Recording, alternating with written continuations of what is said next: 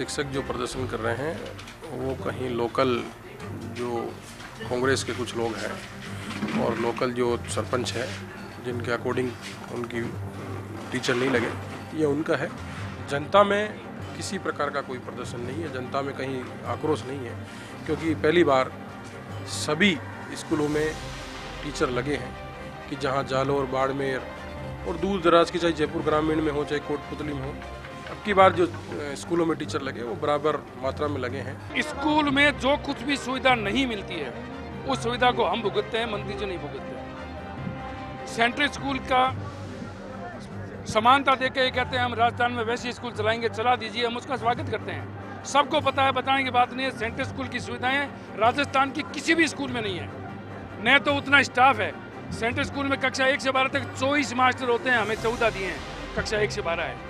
कहाँ समानता हुई? ऐसे ऐसे विद्यालय हैं जो छुट्टियों में भी 1.5 महीने की जो छुट्टियां चली हैं उसमें भी एक्स्ट्रा क्लास चल रही है, साइंस की क्लासेस चल रही है, कोई सुनाई नहीं हो रही। या यदि उनकी वो भावना नहीं होती तो वो क्लास क्यों लगाते? उनको कोई एक्स्ट्रा पैसा मिलता है छुट्टियों का? कोई पैसा नहीं मिलता है। केवल बच्चों के भले के लिए गवर्नमेंट की स्कूल के टीचर इतने तन मन धन से लगे, लेकिन ये सरकार उनकी कोई सुनाई नहीं कर रही है। चलिए अब 4 तस्वीरों का जिक्र जिसका हम शुरुआत से करते आ रहे हैं, राजस्थान की वो 4 तस्वीरें आपको दिखाते हैं। चित्तौड़ में बच्चियां सड़क पर आती है, कलेक्ट्रेट तक जाकर प्रदर्शन करती है। मसला शिक्षक नहीं है, तस्वीर आज दोपहर की। दूसरी तस्वीर अलवर की, स्कूल में बच्चे पानी की टंकी में पानी पीने के बाद 10 बच्चे बीमार हो जाते हैं। पता चला स्कूल की टंकी में फिनाइल था।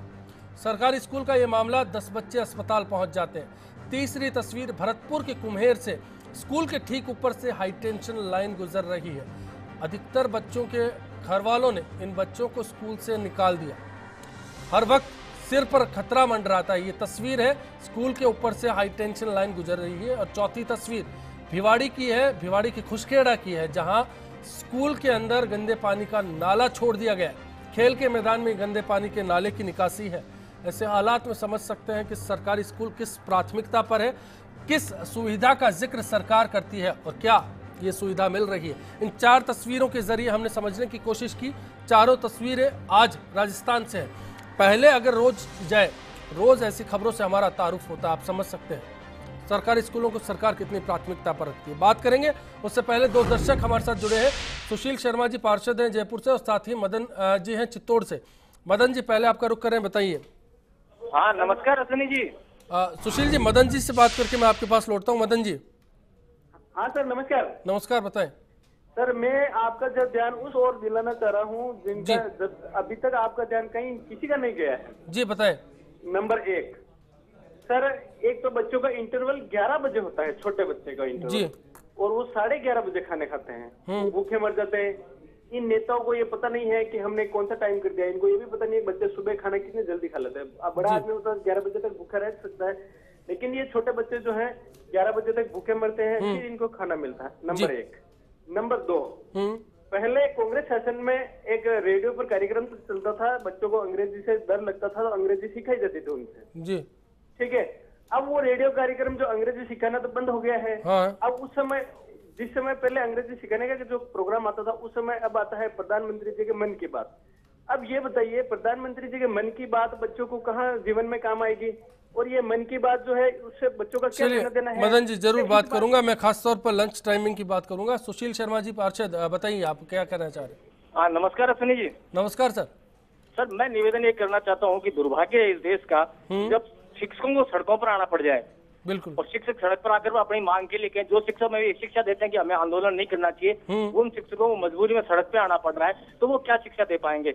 इसके लिए जिम्मेदार पहले तो कांग्रेस थी, उससे दुखी हो गया, हमने पिंड छुड़ाया, बीजेपी को दे दिया, इन्होंने सत्यानाश तो था ही, सवा सत्यानाश कर दिया जी। अभी इस सवा सत्यानाश हालात बिगाड़ दिए हैं, इसको लेकर बात होगी। अर्चना जी आपसे रुक करेंगे और जानना चाहेंगे, पीपीपी मोड पर सरकार स्कूलों को चलाना चाहती है, फैसला सही होगा या गलत साबित होगा? देखिए अश्विनी जी, सरकार की दुविधा ये है कि जो केंद्र और राज्य में दोनों ही एक पार्टी की सरकार आई जी, सपने बहुत बड़े बड़े दिखाए, लेकिन सबसे बड़ी जो चीज होती है वो एक लोकतांत्रिक व्यवस्था में मूलभूत सुविधाएं निःशुल्क या कमतर दरों में प्रोवाइड की जाए। शिक्षा एक ऐसी सुविधा है जिसके माध्यम से भविष्य के नागरिकों का निर्माण और उस देश के भविष्य को सुरक्षित करने की एक योजना होती है। उस योजना के बजट को इस प्रकार से कटौती कर दी जाए कि जो राज्य सरकार है उनको ये नीति पर चलना चलना पड़े कि पब्लिक प्राइवेट पार्टनरशिप पे स्कूल को दे दिया जाए, मेडिकल सेक्टर को दे दिया जाए, तो उस गरीब बच्चे का, उस गरीब परिवार का क्या होगा जो इन दोनों सुविधाओं के आधार पर अपने आप को सुरक्षित महसूस करता था। अब रही पब्लिक प्राइवेट पार्टनरशिप की बात, तो इन्होंने शायद 5 स्कूल्स को एक मॉडल के रूप में अभी देने का प्रयास किया। इसमें अरबों रुपए की संपत्ति, जो सरकारी संपत्ति है, वो पूंजीपतियों के सुपुर्द कर देंगे। ये जो कह रहे हैं ना कि ड्रॉप आउट्स को लेकर के आओ, और कई तरह के इंस्ट्रूमेंट्स को हमने यूज़ किया, स्टिक एंड कैरेट अप्रोच लेकर के आए और बच्चों को हमने वहाँ पर अट्रैक्ट करने का प्रयास किया। वो सारी जो कवायद 60-65 वर्षों से जो बार बार मदन जी और इनकी पार्टी के लोग कहते थे, उसको समाप्त करने का एक छद्म रूप में, एक तरह से शिक्षा से गरीबों को वंचित करने का, दलितों को दूर करने का, SC ST को दूर करने का कुत्सित प्रयास भारतीय जनता पार्टी ये PPP मोड को लेकर तस्वीर है, राय है कांग्रेस की। अशोक पंडित जी अजमेर से, आप क्या कहेंगे? जी पारिक साहब नमस्कार। नमस्कार पारिक साहब, कुछ दिन पहले देवनानी साहब ने आप ही के चैनल में एक न्यूज दी थी कि हमारे इस वर्ष में 6 लाख नए बच्चे आए हैं अधिक जी, और इतना दुर्भाग्यपूर्ण बात है, इन्होंने 70,000 अध्यापकों से हटा दिया, पोस्टें खत्म कर दी। कितने स्कूल बंद करे इसके कोई जनता नहीं है। एक बात, दूसरी बात, पीपी मोड की जो आप कर रहे हैं, इन्होंने पहले स्वास्थ्य वो दिए पीपी मोड पे, फिर इन्होंने रोडवेज से दी, अब ये स्कूल दे रहे हैं। इनको चाहिए एसपी और कलेक्टर को भी पीपी मोड पे दे देवे ताकि इनकी सरकार आराम से चले। चलिए, बहुत बहुत शुक्रिया आपकी इस राय के लिए। हेमलता जी, PPP मोड खासतौर पर उस पर बात करेंगे, और समय वृद्धि को लेकर आप कुछ कह रहे थे उस वक्त, पहले PPP मोड पर। सर, जब तक सिस्टम नहीं बदलेगा, चाहे आप PPP मॉडल पे आप करवा दो, जब तक सिस्टम नहीं बदलेगा। मैं RT की बात करती हूँ, RT में धारा 19 में ये लिखा हुआ है कि 60 बच्चों पे आपको 2 टीचर्स देने हैं, इट मींस 30 बच्चों पे 1 शिक्षक देना है। अब टीचर्स भी इस बात को प्रॉपर नहीं उठा पा रहे हैं। प्रॉपर प्रैक्टिकल ग्राउंड पे क्या हो रहा है कि सपोज जिस स्कूल में 200 बच्चे हैं, फाइन, एक क्लास में सपोज 5 बच्चे हैं, तो टीचर क्या करता है, एक क्लास की बजाय 5 क्लास के बच्चों को एक क्लास कमरे में लेके बैठ गया, because quantity of the students are less. लेकिन प्रैक्टिकली क्या होता है कि उसको, टीचर को ये मतलब नहीं होता कि 3 बच्चे हैं 30 बच्चे, उनको तो वही सिलेबस करवाना पड़ता है, उनको तो वही स्टडी करवानी पड़ती है। तो सबसे बड़ी बात तो ये है कि ये जो RT का धारा 19 का नियम है वही गलत बना हुआ है। मैं वापस सिस्टम की बात करती हूँ कि सबसे पहले सिस्टम को सुधारना पड़ेगा। PPP मॉडल की अगर बात आती है तो PPP मॉडल पे जब तक नहीं होता है सक्सेस, जब तक मॉनिटरिंग सही नहीं होती। अब आप टीचर्स को तो बोल रहे हो आप टाइम बढ़ाओ, आप बताइए, मुझे 5 डेज वीक का रखा है इन्होंने खुद ने। संकुल में जितने भी कर्मचारी बैठते हैं, मैं खुद पूछती हूँ एजुकेशन मिनिस्टर वो कितने दिन काम करते हैं वीक में, आप 7 दिन काम करो। आप आगे होके आओ कि yes I am ready to work on Sunday also. आप देखो टीचर्स कैसे पीछे आते हैं, कैसे आपका साथ देते हैं, आप तो आगे आओ। दूसरी बात, ये RTA के तहत इन्होंने जो एडमिशन दिए हैं प्राइवेट सेक्टर की, मैं भी बात करती हूँ, ये जो गरीबों की बात कर रही है सरकार, गरीबों का तकरीबन 1,30,000 बच्चों का एडमिशन उन्होंने रोक दिया है पोर्टल बंद करके।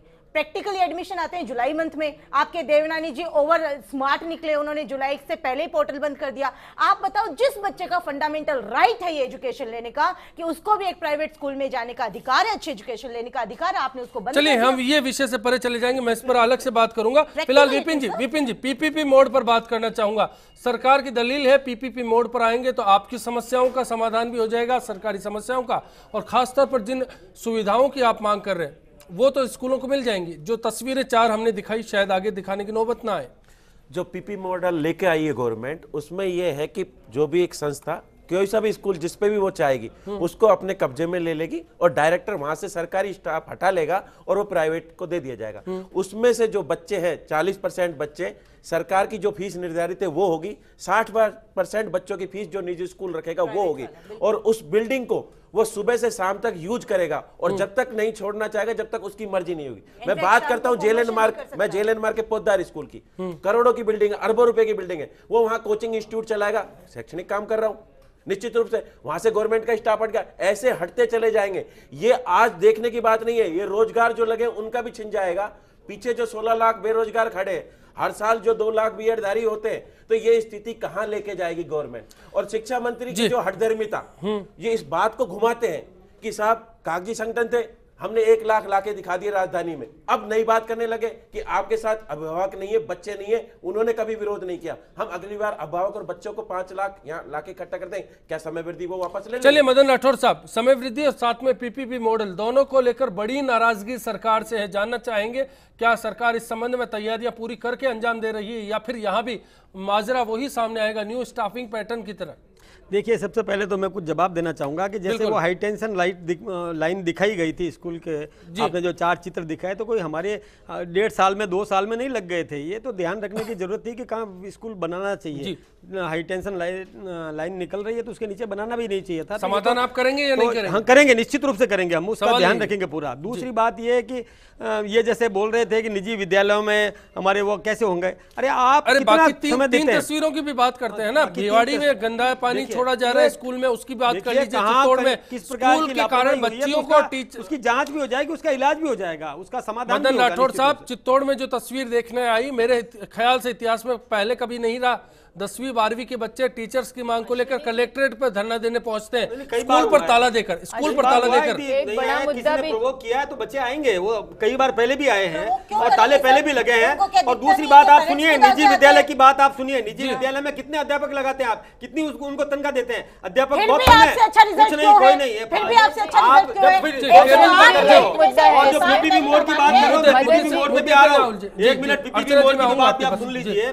पीपीपी मोड पर पढ़ाने वाले क्या युवक नहीं होंगे क्या? ये क्या बात हो गई? प्राइवेट युवक ही होंगे, गवर्नमेंट वो भी तो बंद करना चाहती है गवर्नमेंट सरकारी स्कूल नहीं बंद। मदन राठौड़ साहब, मदन राठौड़ साहब, मॉडल में ये है कि वहां से नहीं हो जाएगा, केवल एक्सपेरिमेंट है, ये केवल राय ली जा रही है। और शिक्षा जो बढ़ाएगा युवक ही होगा, शिक्षा जगत को प्रयोगशाला नहीं होगा। अर्चना जी, क्या सरकार ये दिखा देगी? मैंने जिस तस्वीर का जिक्र किया था, डायनासोर की तरह आने वाले वक्त में बच्चे देखेंगे सरकारी स्कूल तस्वीरों में, ऐसे हुआ करते थे। अश्विनी जी, उद्देश्य तो मुझे लगता यही है। जब ये कह रहे हैं हम एक्सपेरिमेंट, किसके साथ एक्सपेरिमेंट करें? भविष्य के साथ, भविष्य को नेस्तनाबूद करना नहीं। आपकी एक बात का मैं 1 मिनट में आपकी एक बात का जवाब देना चाहती हूँ मदन जी। सरकारी विद्यालयों के देखिए, स्तर नहीं सुधार रहे आप, अपनी मनमाफिक ऐसी नीतियां थोपना चाहते हो जिसका विरोध हो रहा है। लेकिन सबसे बड़ी बात सुनिए, इन्होंने कहा, किसने कहा था हाई टेंशन लाइन के नीचे स्कूल बनाओ? भाई मुख्यमंत्री कहाँ से? मुख्यमंत्री का गृह जिला कौन सा है? धौलपुर। निरंतर चुनाव जीतती आ रही है उनके। मदन जी, मेरी बात सुनिए, मेरी बात सुनिए। आप हमारे समय में लगी हाई टेंशन लाइन तो हम, अरे आपने फीडर इंप्रूवमेंट नहीं किया, टॉप की दुकान के पास करवा लो। फिर उसके बाद क्या होगा? उसके बाद क्या होगा? आज आंदोलन हो रहा है इतना बड़ा, उसके लिए जवाबदारी आपकी सरकार है। शिक्षा सड़क पर उतर है, सबको शिक्षा बनाया जा रहा है। जिस विषय का अब बच्चों को जोड़ोगे तो मुख्यमंत्री का गृह नगर है, मेरे ख्याल से आप चारों एक साथ बोलेंगे तो कुछ समझ नहीं पाएंगे। अर्चना जी, अर्चना जी, जी देखिए, ये कह रहे हैं कि साहब स्कूल बन गया, हाई टेंशन लाइन ऊपर थी, फीडर इंप्रूवमेंट प्रोग्राम के लिए आपके जो डिस्कॉम के समझ जाएंगे। मैंने तो विषय की बात नहीं है, बताया कि आप मुझे बताइए मुख्यमंत्री का गृहनगर क्या है? सरकार की तरफ से इसलिए दिखाया, सुविधाएं क्या है? अश्विनी जी, मुख्यमंत्री का गृहनगर कौन सा है? धौलपुर। निरंतर चुनाव जीतती हैं उनके पुत्र, और वो धौलपुर जाती भी है, आराम भी करती है। वहां के स्कूल में कैसे करंट आया? उनके संज्ञान में नहीं था कि ट्रांसफार्मर के बिल्कुल बगल में लोहे का गेट और बच्चियां झुलस गई। शिकायत की गई, शिकायत इस राज्य में भी हुई, पहले भी हुई, हटा तो आप इस चीज के लिए उत्तरदायित्व को ग्रहण करने के लिए तैयार नहीं है। ये सबसे बड़ी समस्या है आपके साथ। सर, हमारी सबसे बड़ी विडंबना ये है कि हम जब भी बात करते हैं केवल आरोप प्रत्यारोप होते हैं कांग्रेस पर। आप भी तो यही कर रही हैं, आप भी तो आरोप ही लगा रही हैं। आपने कभी भी ये सोचा है क्या कि कितने अध्यापक लगाना चाहिए आपके यहाँ? मैं बताती आपने कभी सोचा ही नहीं। आप 5-5 हजार में मास्टर लगाती है, तो फिर 5-5 हजार में लेते हैं आप, कमाल। चलिए, ये बहस फिर अलग मोड़ पर जारी। मैं ब्रेक पर जाऊंगा, ब्रेक के बाद जब आखिरी दौर में लौटेंगे, क्या सरकार तबादला नीति भी लाएगी? क्योंकि बात हुई थी, घोषणा पत्र में भी जिक्र हुआ, लेकिन हुआ कुछ नहीं। ब्रेक के उस पार आप देखते रहिए बिग 5।